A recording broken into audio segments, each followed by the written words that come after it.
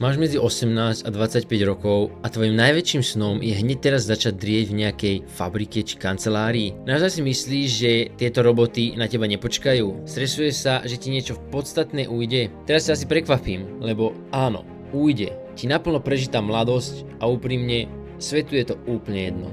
A hlavne, kedy inokedy chceš žiť, ak nie práve teraz? Mám pocit, že sa všetci šialene ponáhľame do toho stereotypného dospeláckého života. Riešime len to, aby sme mali silou mocou stabilný job, istú výplatu, dom či hypotéku a bohovie aké v úvodzovkách istoty. Pritom ti nič neutečie, láka ťa precestovať Áziu či Južnú Ameriku, tak proste choď. Ak na to nemáš rozpočet, tak zober obyčajnú sezónnu prácu niekde na konci sveta uprostred ničoho, ako napríklad na Islande.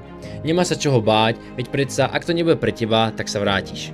A nezabúdaj na jednu vec, na staré kolená nikdy nebudeš ľutovať tie bláznivé veci, ktoré si riskol a urobil. Budeš ľutovať iba tie príležitosti, ktoré si kvôli strachu nechal plávať a vtedy už čas nevrátiš.